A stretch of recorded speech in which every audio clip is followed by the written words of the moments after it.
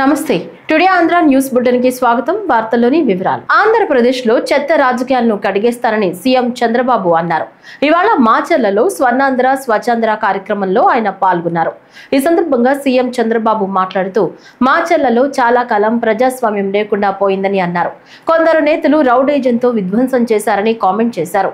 నియోజకవర్గంలో చాలా అరాచకాలు జరిగాయని, మున్సిపల్ ఎన్నికల సందర్భంగా టీడీపీ నేతలు కార్యకర్తలపై దాడి చేశారని ఆగ్రహం వ్యక్తం చేశారు. 84 నుంచి చూస్తున్నాను. ఆ రోజు ఎక్కడో రాజీవ్ గాంధీని హత్య చేస్తే మాచర్లలో ఉండే రౌడీలు ముఠా నాయకులు ఇక్కడ ప్రజల ఆస్తుల్ని విధ్వంసం చేశారు. అవునా కాదా అని మిమ్మల్ని అడుగుతున్నా. ఈ మాచర్లలో ఇటీవల కాలంలో ప్రజాస్వామ్యం లేదు, ఎన్నికలు లేవు. వీళ్ళు ఎట్ట తయారంటే చరిత్రలో కొంతమంది డిక్టేటర్లు ఉంటారు. వారికి ఏ గతి అయిందో ఇక్కడ కూడా మీ ప్రవర్తన మార్చుకోకపోతే మిమ్మల్ని ప్రజాస్వామ్యం క్షమించదని మరొక్కసారి హెచ్చరిస్తున్నా. ఇన్ని సంవత్సరాల అనుభవం ఉండే నేను ఆత్మకూరులో బాధితుల్ని తీసుకురావాలంటే ఇక్కడికి తీసుకురాలేక విజయవాడలో క్యాంపు పెట్టి, గుంటూరులో క్యాంపు పెట్టి, నేను రావాలంటే మా ఇంటికి ఆ రోజు తాళ్లు కట్టి రానియకుండా చేశారు. ఆ రోజే చెప్పా, నా ఇంటికి తాళ్లు కట్టారు కానీ మీ మెడకు ఉరి తాళ్లు వేసుకున్నారు, జాగ్రత్తగా ఉండమని అప్పుడే చెప్పాను. అదే జరిగింది. చాలా అరాచకాలు జరిగాయి. మున్సిపల్ ఎన్నికల్లో ఆ రోజు మన నాయకులు వస్తే వాళ్ళ మీద దాడి చేశారు. అందుకే నేను చెప్తున్నా, రాయలసీమలో ముఠాలు లేకుండా చేశాను. ఈ రోజు చెప్తున్నా, పల్నాడులో కబద్దార్ జాగ్రత్తగా ఉండండి. రౌడీజం చేసి నేరాలు ఘోరాలు చేసి,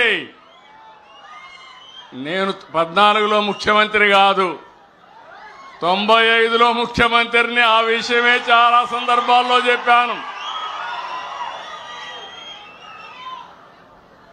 మంచి కార్యక్రమాలకు రండి, ప్రజల అభిమానాన్ని పొందండి, నేరాలొద్దు, ఘోరాలు చేయొద్దండి, ప్రజలపైన దాడులు చేయొద్దండి.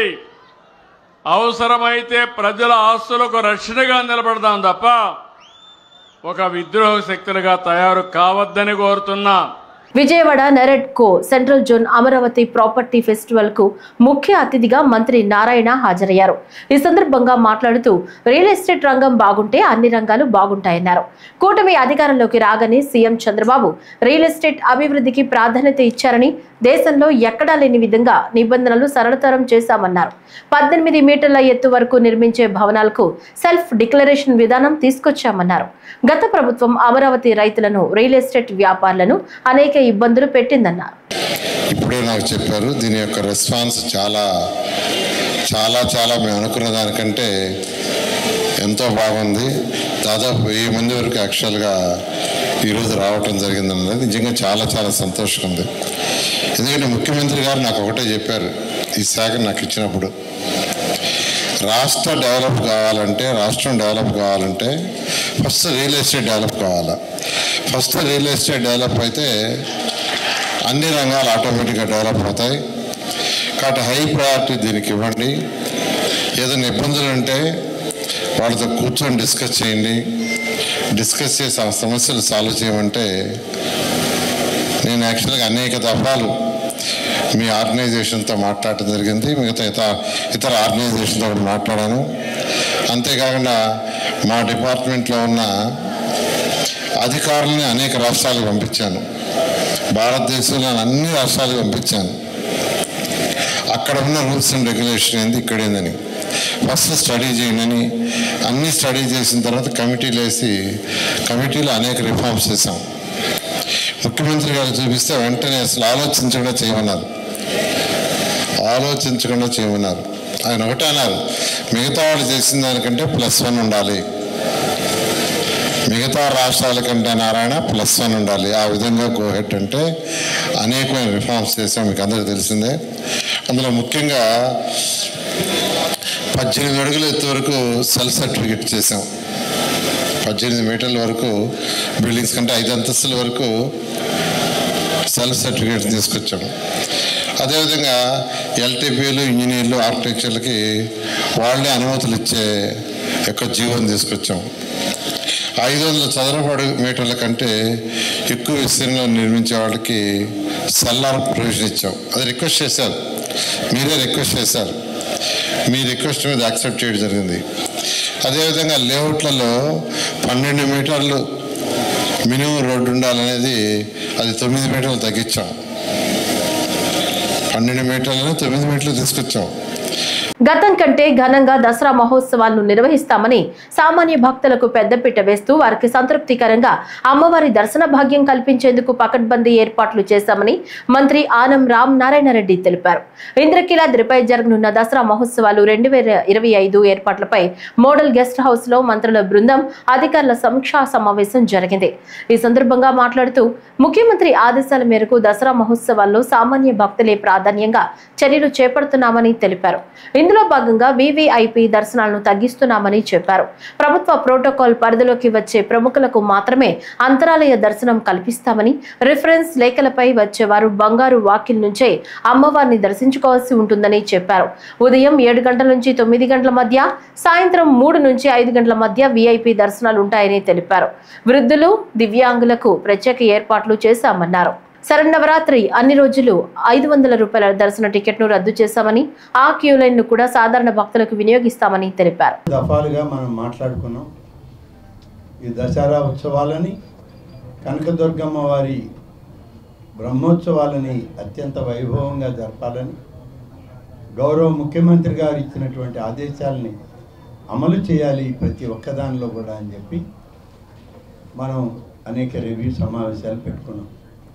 అందులో ముఖ్యంగా ఇక్కడ దీనికి సంబంధించినటువంటి మంత్రివర్యులు, జిల్లా కలెక్టర్ గారు, సిపి గారు, మున్సిపల్ కమిషనర్ గారు, ఎంపీ గారు, స్థానిక శాసనసభ్యులు ఇప్పటికే చాలాసార్లు మాట్లాడుకోవడం జరిగింది.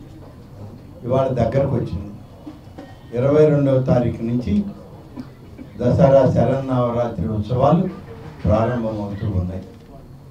ఈ ఉత్సవాల్లో గత సంవత్సరం కన్నా ఎక్కువ మంది అమ్మవారి దర్శనానికి వచ్చే అవకాశం ఉందని చెప్పి ఇవాళ అధికార యంత్రాంగం, పెద్దలు అందరూ కలిసి ఒక సమిష్టి ఆలోచన చేయడం జరిగింది. గత సంవత్సరం అమ్మవారి దర్శనానికి వచ్చినటువంటి సంఖ్య దాదాపు 13 లక్షలుగా ఉంది. ఈసారి ఒక 2-3 టెక్నాలజీ ఇంప్లిమెంటేషన్ చేస్తున్నాము. ఒకటి మీకు తెలిసే ఉంది, కమాండ్ కంట్రోల్ రూమ్ పెడుతున్నాము మన మోడల్ గెస్ట్ హౌస్ దగ్గర. ఆ కమాండ్ కంట్రోల్ రూమ్ లో వీడియో వాల్ ఉంటుంది. ఈసారి ఇంతకుముందు టెంపుల్ పరిధిలో 250 కెమెరాలు ఉన్నాయి. మొత్తం టెంపుల్ చుట్టుపక్కల బయట కూడా ఉన్న కెమెరాలన్నీ అక్కడ అనుసంధానం చేసి, ఏం లేదన్నా మినిమం 500 CCTV కెమెరాల ఫీడ్ అక్కడ ఉంటుంది. ప్రత్యేక క్యూ లైన్, ప్రత్యేక ఎంట్రీ పాయింట్, ప్రత్యేక ఎగ్జిట్ పాయింట్, ప్రత్యేక వల్నరబుల్ పాయింట్ ఎప్పటికప్పుడు మానిటర్ చేసుకుంటాము. ఇదే కాకుండా ఈసారి క్యూ లైన్ లో క్రౌడ్ ఎంత మూవ్ అవుతా ఉంది, ఎక్కడైనా క్రౌడ్ అనుకోకుండా ఎక్కువ అయిందా, మూవ్మెంట్ కరెక్ట్ గా ఉందా లేదా అనేది ఏఐ కెమెరా, అంటే ఆర్టిఫిషియల్ ఇంటెలిజెంట్ కెమెరా కూడా పెట్టి ఈసారి మానిటర్ చేస్తుంటాము. వచ్చే భక్తుల కౌంట్స్ కూడా ఆ కెమెరా దగ్గర తీసుకుంటాము. అల్గారిథం అంతా రెడీ అయింది కాబట్టి అదే ఒక ఇంటర్వెన్షన్. ఇది కాకుండా ఈసారి కమాండ్ కంట్రోల్ రూమ్ లో ప్రతి ఒక్క డిపార్ట్మెంట్ నుంచి ఒక అధికారిని డిప్లాయ్ చేసుకుంటాం రౌండ్ ద క్లాక్. ఆ డిపార్ట్మెంట్ పరంగా ఎక్కడైనా ఏ సమస్య వచ్చినా కూడా కమాండ్ కంట్రోల్ రూమ్ ఇన్ఫర్మేషన్ వస్తుంది. ఇక్కడి నుంచి ఇతర డిపార్ట్మెంట్ అనుసంధానం చేసుకోండి, ఎక్కడ ఏమి ఇబ్బంది లేకుండా ముందుకెళ్ళడానికి ప్లాన్ చేస్తున్నాం. ఏలూరు అమీనాపేటలో ప్రభుత్వ సాంఘిక సంక్షేమ వెనుకబడిన తరగతుల బాలికల వసతి గృహాలను జిల్లా కలెక్టర్ ఆకస్మిక తనిఖీ చేసి వసతి గృహాల్లో విద్యార్థినులకు సౌకర్యాలు కల్పిస్తున్నారు. బోధన వసతి గృహాల పరిసరాల్లో పరిశుభ్రత, టాయిలెట్లను కలెక్టర్ అధికారులతో కలిసి పరిశీలించారు. ఈ సందర్భంగా కలెక్టర్ వెట్రిసెల్వి మాట్లాడుతూ వసతి గృహాల్లో ఉండే విద్యార్థులకు ఇంటిని మరిపించే విధంగా వసతి సౌకర్యాలు ఉండేలా చర్యలు తీసుకోవాలన్నారు. వసతి గృహాల ఆవరణలో చెట్లు ఉండి మంచి ఆహ్లాదకరమైన వాతావరణం ఉందని, వైరల్ జ్వరాలు వ్యాపించే ప్రస్తుత సీజన్లో దోమలు వ్యాపించకుండా చర్యలు తీసుకోవాలన్నారు.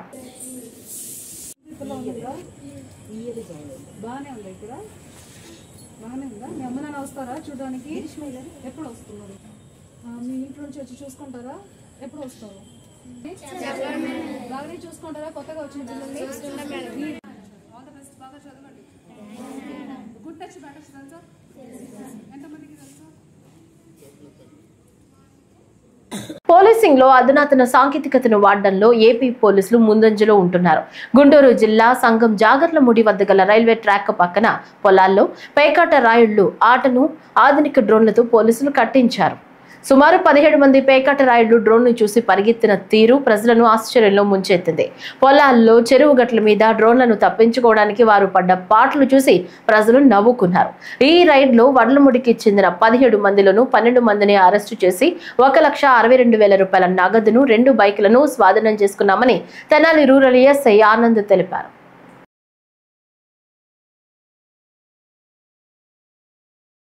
రాష్ట్ర ముఖ్యమంత్రి నారా చంద్రబాబు నాయుడు ఆదేశాల మేరకు శ్రీవారి బ్రహ్మోత్సవాలకు సూక్ష్మ క్షేత్రస్థాయి ప్రణాళికలు రూపొందించి భక్తులకు ఇబ్బంది తలెత్తకుండా అన్ని ఏర్పాట్లు పూర్తి చేశామని టీటీడీ ఈవో అనిల్ కుమార్ సింఘాల్ తెలిపారు. అనంతరం ఆయన మీడియాకు బ్రహ్మోత్సవ ఏర్పాట్లను వివరించారు. ఈ నెల 24న ధ్వజారోహణం రోజు రాష్ట్ర ముఖ్యమంత్రి నారా చంద్రబాబు నాయుడు పట్టు వస్త్రాలు సమర్పణ, సెప్టెంబర్ 25న PAC 5ను ప్రారంభిస్తారని తెలిపారు. ప్రతిరోజు ఉదయం 8 నుంచి 10 గంటల వరకు, రాత్రి 7 నుంచి 9 గంటల వరకు వాహన సేవలు జరుగుతాయని, గరుడ సేవ సాయంత్రం 6:30 గంటల నుంచి రాత్రి 12 గంటల వరకు జరుగుతుందన్నారు. భక్తులకు ఎలాంటి ఇబ్బందులు లేకుండా అన్ని ఏర్పాట్లు చేశామని తెలిపారు. 2025 బ్రహ్మోత్సవాలు సజావుగా నిర్వహించడానికి ఏర్పాట్లన్నీ దాదాపు పూర్తయిన సందర్భంలో ఇవాళ టీటీడీ సీనియర్ అధికారులు అందరూ కూడా ఈ బ్రహ్మోత్సవాలు చాలా పకడ్బందీగా సజావుగా నిర్వహించడానికి ఏర్పాట్లన్నీ పూర్తి అయినని చెప్పేసి దీంట్లో తెలియచేయడం జరిగింది.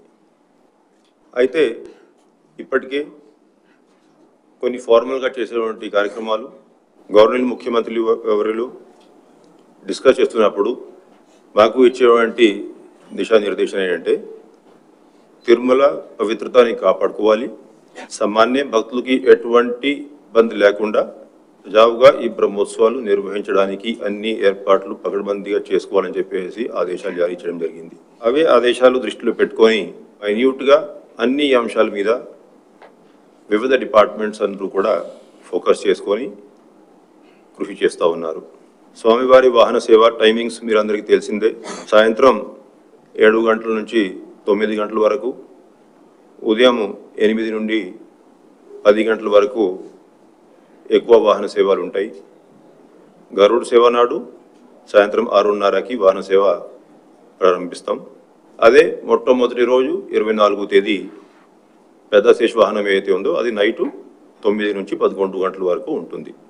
ఎందుకంటే అంతకుముందు గవర్నమెంట్ ముఖ్యమంత్రి వారు స్వామివారికి పట్టు వస్త్రం సమర్పించేటువంటి కార్యక్రమం ఉంటుంది ధ్వజారోహణ కార్యక్రమం అయ్యాక.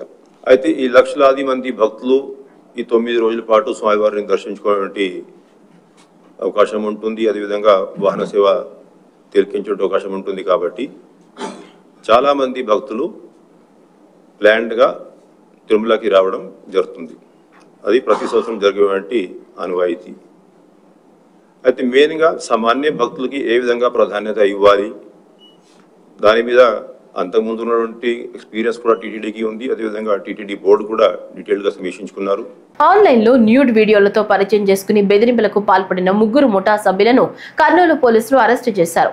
తెలంగాణ రాష్ట్రం నాగర్ కర్నూలు జిల్లా కల్వకుర్తికి చెందిన భార్య భర్త మల్లేష్ మేరీ మరియు మల్లేష్ ప్రియురాలు మల్లికలు అక్రమంగా డబ్బులు సంపాదించాలని కుట్ర పన్ని ట్విట్టర్లో సంయుక్తారెడ్డి అని ఓ ఐడి ఓపెన్ చేసి న్యూడ్ వీడియో కాల్స్ చేస్తూ ప్రజలను మోసం చేశారని కర్నూలు సిఐ నాగరాజరావు తెలిపారు. ఈ క్రమంలో కర్నూలుకు చెందిన శ్రావణ అనే వ్యక్తిని ట్విట్టర్ వేదికగా పరిచయం చేసుకుని విలువైన పొలాలు తక్కువ ధరకు అమ్ముతామని చెప్పి 3,80,00,000 అకౌంట్లో వేయించుకున్నట్లు బాధితుడు పోలీసులకు ఫిర్యాదు చేశాడు. వారి నుంచి 41 లక్షల రూపాయలు విలువ చేసే కార్లు, ద్విచక్ర వాహనం, బంగారు ఆభరణాలు స్వాధీనం చేసుకున్నారు. మిగిలిన 3,38,00,000 రూపాయలు జల్సాలకు ముగ్గురు ముఠా సభ్యులు వాడుకున్నారు. ఆ అమ్మాయి సంవత్సరం క్రితం పరిచయం వేసేసి ఆ అమ్మాయి ఇతనితో పరిచయం పెంచుకొనేసేసి న్యూడ్ వీడియో కాల్స్ అన్నీ కూడా చేస్తూ మా ఇంట్లో వాళ్ళకి బాగలేదు, మా పొలం అమ్ముతాము, 4 ఎకరాల పొలం ఉంది, నీకు తక్కువ రేటుకి ఇస్తామని చెప్పేసి దాదాపు 3,75,00,000 ఇతనితో ఆన్లైన్ ట్రాన్స్ఫర్ చేయించుకుంది. మళ్ళీ పొలం విషయానికి వచ్చే లోపల ఏదో ఒకటి దాటవేయడము, వాయిదాలు వేయడం ఇవన్నీ కూడా చేయడం జరిగింది. దాని మీద కంప్లైంట్ కేసు రిజిస్టర్ చేసుకొని మేము దర్యాప్తులో భాగంగా అన్నీ కూడా ఇన్వెస్టిగేషన్ మొదలు పెడితే ఈ కాలర్ వచ్చేసేసి ఇతను ఒరిజినల్గా వచ్చేసేసి ఒక పర్సన్ మల్లేష్ అని చెప్పేసి మనకి నాగర్ కర్నూలు కల్వకుర్తి మండలము నాగర్ కర్నూలు జిల్లాకు చెందిన వాళ్ళు, తెలంగాణ రాష్ట్రానికి చెందిన అతను. ఇతని భార్య పేరు మీద ఇతని భార్యతోనూ మరియు ఇతని యొక్క గర్ల్ ఫ్రెండ్తోనూ ఈ న్యూడ్ కాల్స్ ఈ కాల్స్ అన్నీ చేయించడము, మనుషుల్ని ట్యాప్ చేయడము, వాళ్ళతో డబ్బులు వేయించుకోవడము, బ్లాక్మెయిల్ చేయడము ఇవన్నీ కూడా చేస్తూ ఉన్నాడు. ఇదంతా కూడా మేము ఇన్వెస్టిగేషన్లో మొత్తం అనేది వాళ్ళని పట్టుకోవడం జరిగింది. అతని భార్యని అతని యొక్క గర్ల్ ఫ్రెండ్ ముగ్గురిని కూడా క్యాచ్ చేసి తీసుకురావడం జరిగింది. అతని దగ్గర నుంచి 41 లక్షల విలువ చేసే కార్లు, మోటార్ సైకిలు, మళ్ళీ బంగారు, ల్యాప్టాప్లు, సెల్ ఫోన్లు ఇవన్నీ కూడా రికవర్ చేయడం జరిగింది. దీంట్లో మా ఎస్ఐ మల్లికార్జున మరియు మా కానిస్టేబుల్ టీము మహేంద్ర, శ్రీనివాసులు, రవికుమారు వీళ్ళంతా కూడా చాలా డెడికేటెడ్గా వర్క్ చేసేసి ఈ కేసును 1 వీక్ లోపలనే దీన్ని ఛేదించేసేసి ముద్దాయిలందరినీ కూడా పట్టుకోవడం జరిగింది. ఇప్పుడు రిమాండ్కి పెడుతున్నాం, కోర్టు వారి ముందు హాజరుపెడుతున్నాం. నమస్తే. ప్రజలకు తెలియజేసేది ఏమంటే, ఎవరైనా తెలియని వ్యక్తులు కానీ తెలియని లేడీస్ కానీ ఎవరైనా ఇంకా కాల్స్ చేసి న్యూడ్ వీడియోస్ అనో లేకపోతే కనుక ఇంకోటనో కాల్స్ చేసి కనుక దయచేసి వాళ్ళ ట్రాప్లో పడవద్దు. వాళ్ళ ట్రాప్లో కనుక పడినారంటే కనుక మీరు మొత్తం అంతా కూడా వాళ్ళు డబ్బులన్నీ కూడా కాజేస్తారు.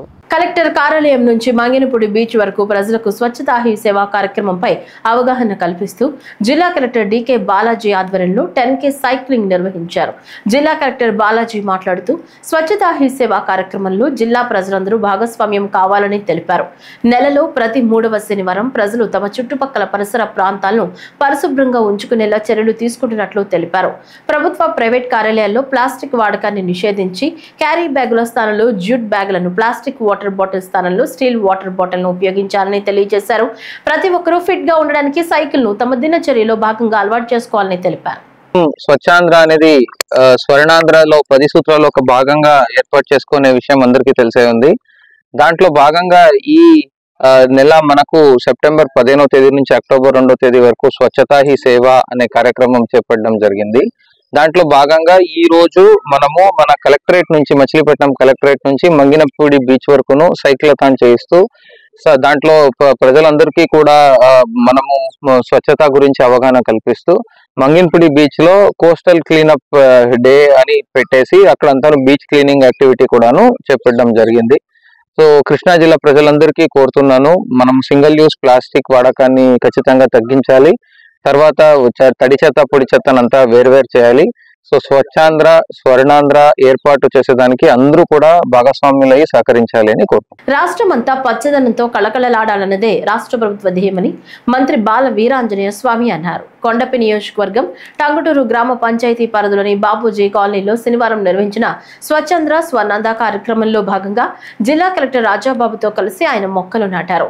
ఈ సందర్భంగా గ్రామంలోని ప్రతి ఇంట్లో గంట వ్యవధిలో 2 మొక్కలు నాటే విధంగా ఏర్పాటు చేశారు. ఈ సందర్భంగా మంత్రి డాక్టర్ డోల శ్రీ బాల వీరాంజనేయ స్వామి విలేకరులతో మాట్లాడుతూ గత 10 నెలలుగా స్వర్ణాంధ్ర, స్వచ్ఛాంధ్ర పేరుతో పెద్ద ఎత్తున స్వచ్ఛతా కార్యక్రమాలు నిర్వహిస్తున్నామన్నారు. రాష్ట్రమంతా పచ్చదనంతో వెల్లివిరియాలని, పరిశుభ్రతతో కళకళలాడాలని ఈ కార్యక్రమాలు నిర్వహిస్తున్నామన్నారు. 10 నెలలుగా మనం ఈ కార్యక్రమం చేస్తా ఉన్నాం. ఈరోజు గౌరవ కలెక్టర్ రాజాబాబు గారు మన టంగుటూరు మండలం టంగుటూరు గ్రామం బాపూజీ కాలనీ రావడం జరిగింది. ఇక్కడ ప్రతి ఇంటికి 2 మొక్కలు ఇస్తూ వీధుల్లో కూడా ప్రభుత్వ భూముల్లో కూడా మొక్కలు నాటే కార్యక్రమాన్ని పెద్ద ఎత్తున చేపట్టడం జరిగింది. ఇదంతా కూడా 1 గంటలో ఈ కార్యక్రమాన్ని పూర్తి చేసి ఒక రికార్డు కూడా విధంగా చేయబోతా ఉన్నాం. కాదే ప్రజలందరూ కూడా ఏంటంటే మన ముఖ్యమంత్రి గారి యొక్క సంకల్పం, అదేవిధంగా ప్రధానమంత్రి మోడీ గారి ఆశయం, ఉప ముఖ్యమంత్రి పవన్ కళ్యాణ్ గారి యొక్క సహకారంతో రాష్ట్రం అంతటా కూడా పచ్చదనాన్ని మనం పెంపొందించుకోవాలి. అదేవిధంగా పారిశుద్ధ్యాన్ని మెరుగుపరుచుకోవాలి.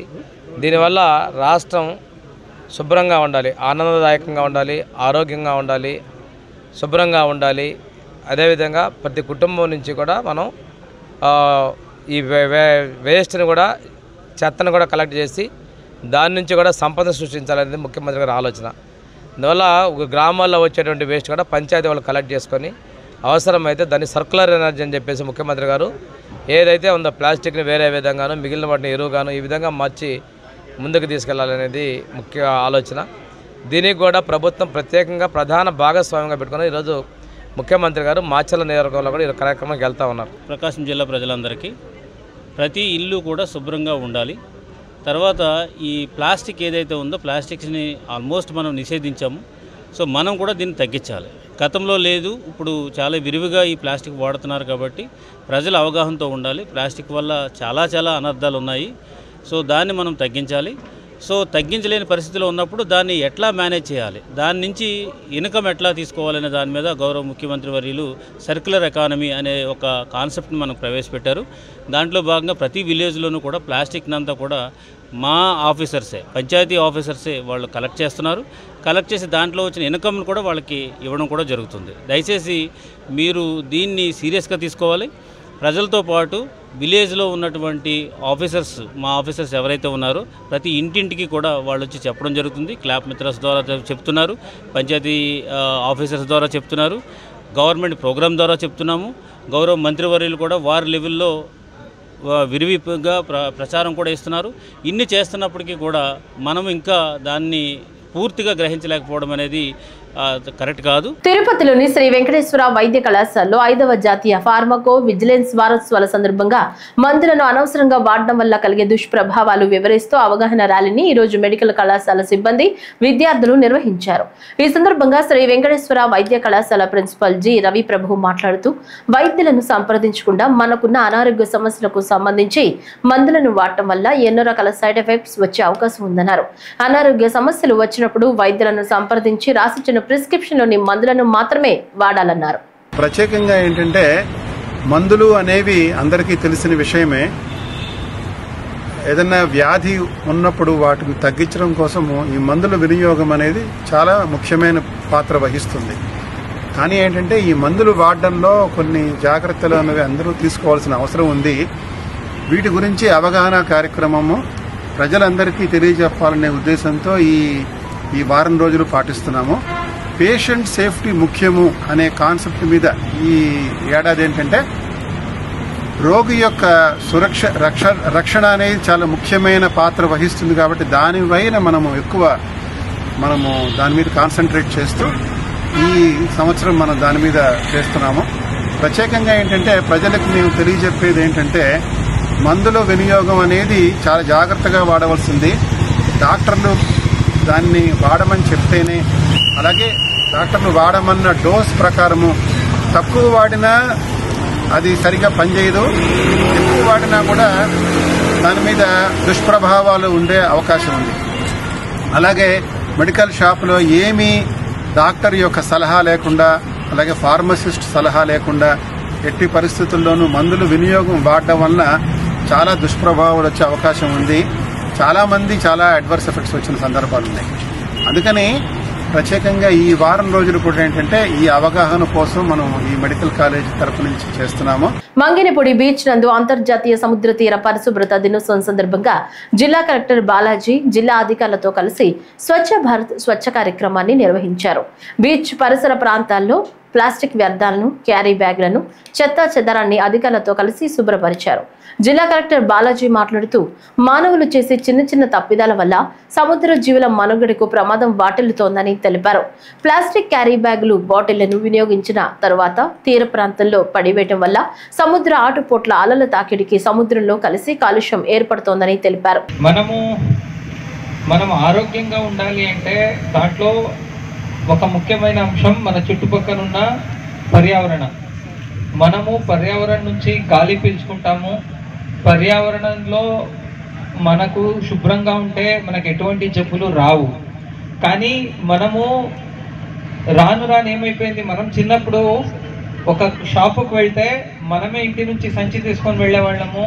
ఏదో హోటల్ నుంచి పార్సల్ తీసుకొని రావాలి అన్నా ఒక బాక్స్ తీసుకొని వెళ్ళి, స్టీల్ బాక్స్ తీసుకొని వెళ్ళి దాంట్లో వేయించుకొని వచ్చేవాళ్ళం. అది నాకు కూడా చాలా బాగా గుర్తుంది. కానీ రాను యూజ్ అండ్ త్రో సంస్కృతికి అందరూ కూడా అలవాటు పడిపోయాం. యాక్చువల్లీ ఇప్పుడు నేను షాపుకి వెళ్తున్నాను ఏదో తీసుకురావాలి అని, మా ఇంట్లో సంచి ఉంది అయినా నేను సంచి పెట్టుకొని వెళ్ళాను. ఎనీవే వాళ్ళు ఫ్రీగా ఇస్తారు కదా అని అక్కడికి వెళ్తాము, తీసుకొని వస్తాము, మొత్తం తీసుకొని పర్యావరణాన్ని నాశనం చేస్తున్నాము.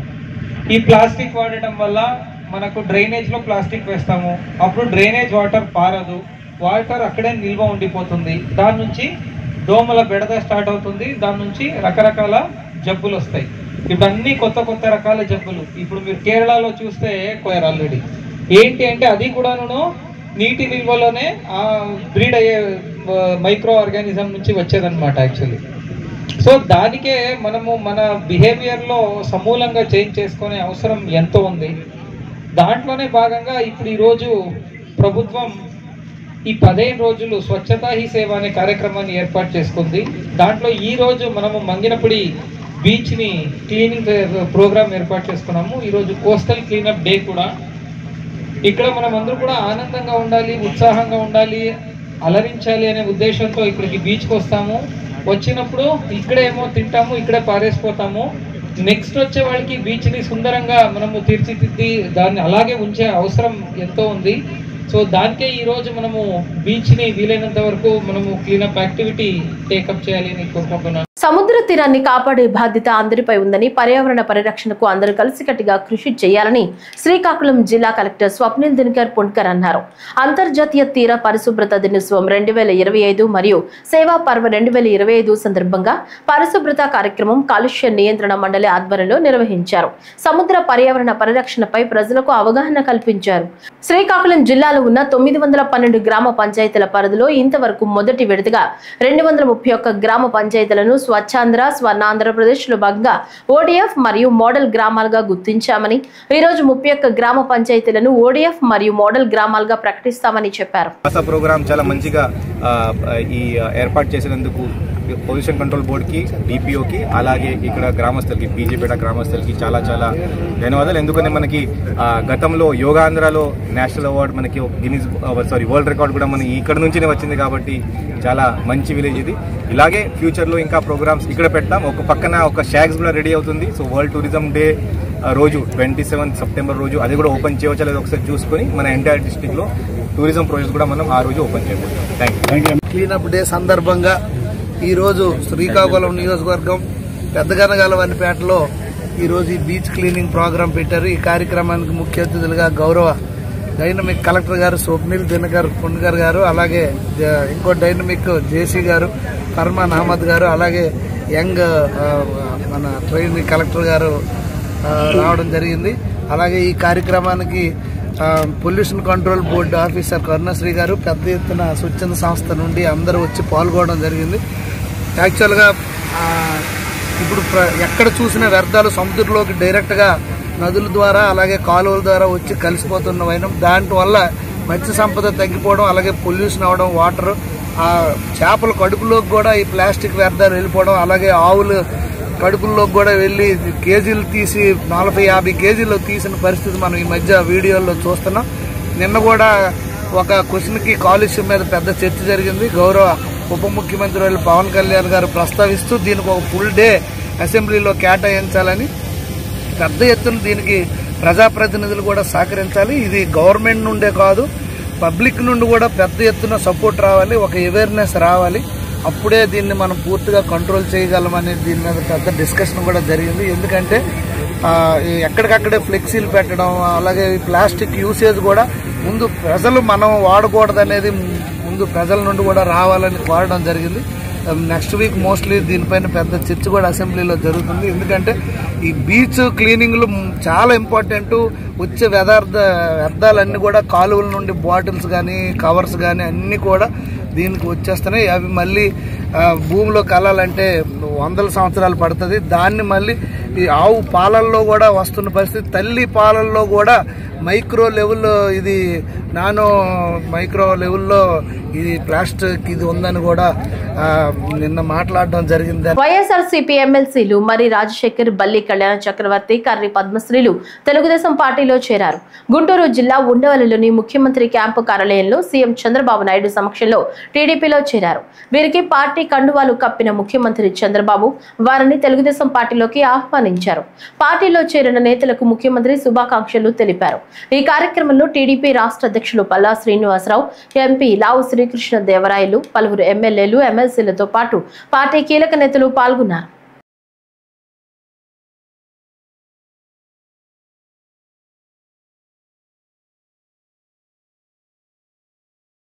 మెడికల్ కాలేజీలపై వైసీపీ పోరాటం చేయడం హాస్యాస్పదంగా ఉందని ఏపీసీసీ రాష్ట్ర అధికార ప్రతినిధి కిరణ్ కుమార్ రెడ్డి అన్నారు. ఈ సందర్భంగా మాట్లాడుతూ ప్రభుత్వ మెడికల్ కాలేజీలో సీట్లు అమ్మే జీవో 108ను ఆనాడు తెచ్చింది. 50% సీట్లు అమ్మాలని చూసింది వైసీపీ కాదా అని ఎద్దేవా చేశారు. జగన్ సీట్లు అమ్మాలని చూస్తే నేడు చంద్రబాబు ఏకంగా కాలేజీలను అమ్మేశాడన్నారు. ప్రభుత్వ మెడికల్ కాలేజీల్లో ఎన్ఆర్ఐ కోటా అని, మేనేజ్మెంట్ కోటా అని సీట్లు అమ్మడం దేశంలో ఎక్కడా లేదని, ప్రైవేట్ కాలేజీల ప్రైవేటీకరణ వెంటనే వెనక్కి తీసుకోవాలని, జీవో 108ను రద్దు చేయాలని కోరారు. నెల్లూరు రోడ్డు ప్రమాదంలో మృతుల కుటుంబాలకు 30 లక్షల పరిహారం ఇవ్వాలని, కాంగ్రెస్ ను దెబ్బకొట్టేందుకు దేశంలో బీజేపీ ఓటు చోరీ చేసిందని ఏపీసీసీ రాష్ట్ర అధికార ప్రతినిధి కిరణ్ కుమార్ రెడ్డి అన్నారు. 19/7/2023 అంటే అప్పట్లో జగన్మోహన్ రెడ్డి గారు అధికారంలో ఉన్నారు. జగన్మోహన్ రెడ్డి గారు అధికారంలో ఉన్నప్పుడు రాజశేఖర రెడ్డి గారి ఆశయాలు ముందుకు తీసుకెళ్లే వ్యక్తిగా జగన్మోహన్ రెడ్డి గారు ఆలోచించి ఉంటే, ఈ మాట ఎందుకు చెప్తున్నాం అంటే, రాజశేఖర రెడ్డి గారు ముఖ్యమంత్రిగా ఉన్నప్పుడు కూడా ప్రభుత్వ మెడికల్ కాలేజ్ స్టార్ట్ చేశారు. Rajiv institute of medical sciences Ongole ఉంది, రిమ్స్ కడప ఉంది. ఉమ్మడి ఆంధ్రప్రదేశ్లో అప్పట్లోనే దాదాపు 10-11 మెడికల్ కాలేజీలు రాజశేఖర రెడ్డి గారు ప్రారంభించి ఈ యొక్క పేద విద్యార్థులకు వైద్య విద్యని దగ్గర చేసినటువంటి మహానుభావుడు రాజశేఖర రెడ్డి గారు. ఈరోజు మీరు రాజశేఖర రెడ్డి గారు పేరు పెట్టుకున్నారు. యువజన శ్రామిక రైతు కాంగ్రెస్ తెలియదు, డాక్టర్ వైఎస్ఆర్ కాంగ్రెస్ తెలియదు జనాలు. వైఎస్ఆర్ కాంగ్రెస్ అంటే రాజశేఖర రెడ్డి గారి కాంగ్రెస్, రాజశేఖర రెడ్డి గారి ఆశయాలకు అనుగుణంగా పనిచేసేటటువంటి పార్టీ వైఎస్ఆర్ కాంగ్రెస్ పార్టీ అనుకున్నాం. కానీ జగన్మోహన్ రెడ్డి గారు మెడికల్ కాలేజీ కట్టాడు, సంతోషం. కట్టిన తర్వాత ఒక జీవో తీసుకొచ్చాడు. ఏమని తీసుకొచ్చాడంటే, permitted government medical college from the academic year of 2023 and 24. ఈ యొక్క మెడికల్ కాలేజ్ ఏదైతే 23-24 అకాడమిక్ ఇయర్ నుంచి ప్రారంభించేటటువంటి ప్రభుత్వ మెడికల్ కాలేజీలలో ఎంబీబీఎస్ సీట్లకి ఫీజు నిర్ధారించాడు. దీని ఒకసారి చూడండి, నేను చెప్తాను. వీటిల్లో 50% సీట్లని ఏదైతే ప్రైవేట్ మెడికల్ కాలేజీకి లాగానే ఏ కేటగిరీకి 15,000 రూపాయలు ఫీజు నిర్ణయించారు, మేనేజ్మెంట్ కోటా బి కేటగిరీకి 12 లక్షల రూపాయలు ఫీజు నిర్ణయించారు, ఎన్ఆర్ఐ కోటాకి 20 లక్షల రూపాయలు ఫీజు నిర్ణయించారు. అంటే ఒక ప్రభుత్వ మెడికల్ కాలేజీల్లో మీరు ప్రభుత్వ సొమ్ముతో కాలేజీలు కట్టి నడపాల్సింది పోయి ఆ ప్రభుత్వ మెడికల్ కాలేజీలో సీట్లు అమ్ముకోవాలనేటటువంటి దారుణమైనటువంటి ఆలోచన, పేద విద్యార్థులకు సంబంధించి ఉచితంగా వైద్య విద్యను అందించాలనేటటువంటి ఆలోచన పక్కన పెట్టి, ఆ ఆలోచన తొంగలో దొక్కి గవర్నమెంట్ మెడికల్ కాలేజీల్లో మేనేజ్మెంట్ కోటా, ఎన్ఆర్ఐ కోటా సీట్లను ప్రవేశపెట్టింది ఎవరు? దీనికి స్పష్టంగా వైఎస్ఆర్ కాంగ్రెస్ పార్టీ సమాధానం చెప్పాలి. అంబేద్కర్ కోనసీమ జిల్లా వైఎస్ఆర్ కాంగ్రెస్ ఆధ్వర్యంలో చేపట్టిన ప్రభుత్వ మెడికల్ కాలేజీల ప్రైవేటీకరణను వ్యతిరేకిస్తూ చేపట్టిన నిరసన అమలాపురంలో విజయవంతమైంది. ఈ కార్యక్రమానికి ముఖ్య అతిథిగా జిల్లా అధ్యక్షుడు చిర్ల జగ్గిరెడ్డి, సీనియర్ నాయకులు పిల్లి సుభాష్ చంద్రబోస్ పాల్గొన్నారు. తొలుత అమలాపురం గడియారం స్తంభం సెంటర్ నుంచి భారీ ర్యాలీగా వైసీపీ నాయకులు, కార్యకర్తలు చేరుకున్నారు. ఈ సందర్భంగా జగ్గిరెడ్డి మాట్లాడుతూ, రాష్ట్రంలో వైఎస్ జగన్మోహన్ రెడ్డి పేద, బడుగు, బలహీన వర్గాల ప్రజల కోసం 17 మెడికల్ కాలేజీలు పేదల భవిష్యత్ కోసం తీసుకొస్తే కూటమి ప్రభుత్వం ప్రైవేటీకరణ చేయడం దుర్మార్గమన్నారు. చంద్రబాబు నాయుడు గారు మరి రాజధాని ఎప్పుడు మొదలెట్టాడు? మరి ఈరోజు ఎందుకు మునిగిపోతుంది? దానికి సమాధానం కూడా మీరు అడగాలి కదా. అంచేత దాని మీద జగన్మోహన్ గారు ఇప్పుడు కూడా చెప్తున్నాం, మా రాజా చెప్పినట్టు మీ బినామీలను పక్కన పెట్టి ఈ రోజున మళ్ళీ ప్రభుత్వం ద్వారా ఈ కాలేజీలు కట్టండి. ఇక్కడ ఉన్నటువంటి పేద విద్యార్థులు అలాగే వైద్యుల యొక్క వైద్యం పేదవారికి ఇవాళ ఒక కూటమి నాయకులు తప్ప ఎవరో ప్రైవేట్ బిల్లులు కట్టుకోవడానికి సిద్ధంగా లేరు, కట్టుకోలేకపోతున్నారు. కరెంటు బిల్లు కానీ ప్రైవేట్ హాస్పిటల్ బిల్లులు కానీ. అట్లాంటి ధరల్లో ఈ విలేకరుల బిల్లుకే సీట్లు వస్తాయి, డబ్బునటువంటి ధనవంతుల బిల్లుకి తక్కువ కట్టండి వస్తుంది, పేదలకి సీట్లు వస్తాయి, ఎంతో మందికి విద్య అందుబాటులోకి వస్తుంది.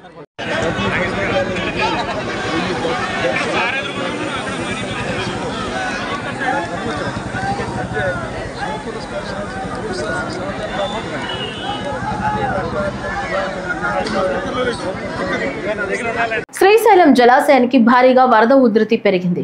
ఎగువ పరివాహక ప్రాంతాల నుంచి భారీగా వరద నీరు వచ్చి చేరుతుంది. డ్యాంలోని వరద నీటిని అదుపు చేసేందుకు జలాశయం 8 గేట్లు 10 అడుగుల మేర ఎత్తివేత, 2,22,032 క్యూసెక్ల వరద నీరు దిగువ నాగార్జున సాగర్ కు డ్యాం అధికారులు విడుదల చేస్తున్నారు. అయితే ఎగువ పరివాహక ప్రాంతాలైన జూరాల, సుంకేసుల, హంద్రి నీవా నుంచి శ్రీశైలం జలాశయానికి ఇంట్లోగా 2,96,588 క్యూసెక్ల వరద నీరు వచ్చి శ్రీశైలం జలాశయం అవుట్ఫ్లో మొత్తం 2,97,013 క్యూసెక్లుగా ఉంది. శ్రీశైలం జలాశయం పూర్తిస్థాయి నీటి మట్టం 885 అడుగులు కాగా ప్రస్తుతం 884.30 అడుగులుగా ఉంది. పూర్తిస్థాయి నీటి నిల్వ సామర్థ్యం 215 టీఎంసీలు కాగా ప్రస్తుతం 211 టీఎంసీలుగా నమోదైంది. శ్రీశైలం కుడి ఎడమ గట్టు జల విద్యుత్ కేంద్రాలలో విద్యుదుత్పత్తి పూర్తి స్థాయిలో కొనసాగుతుంది.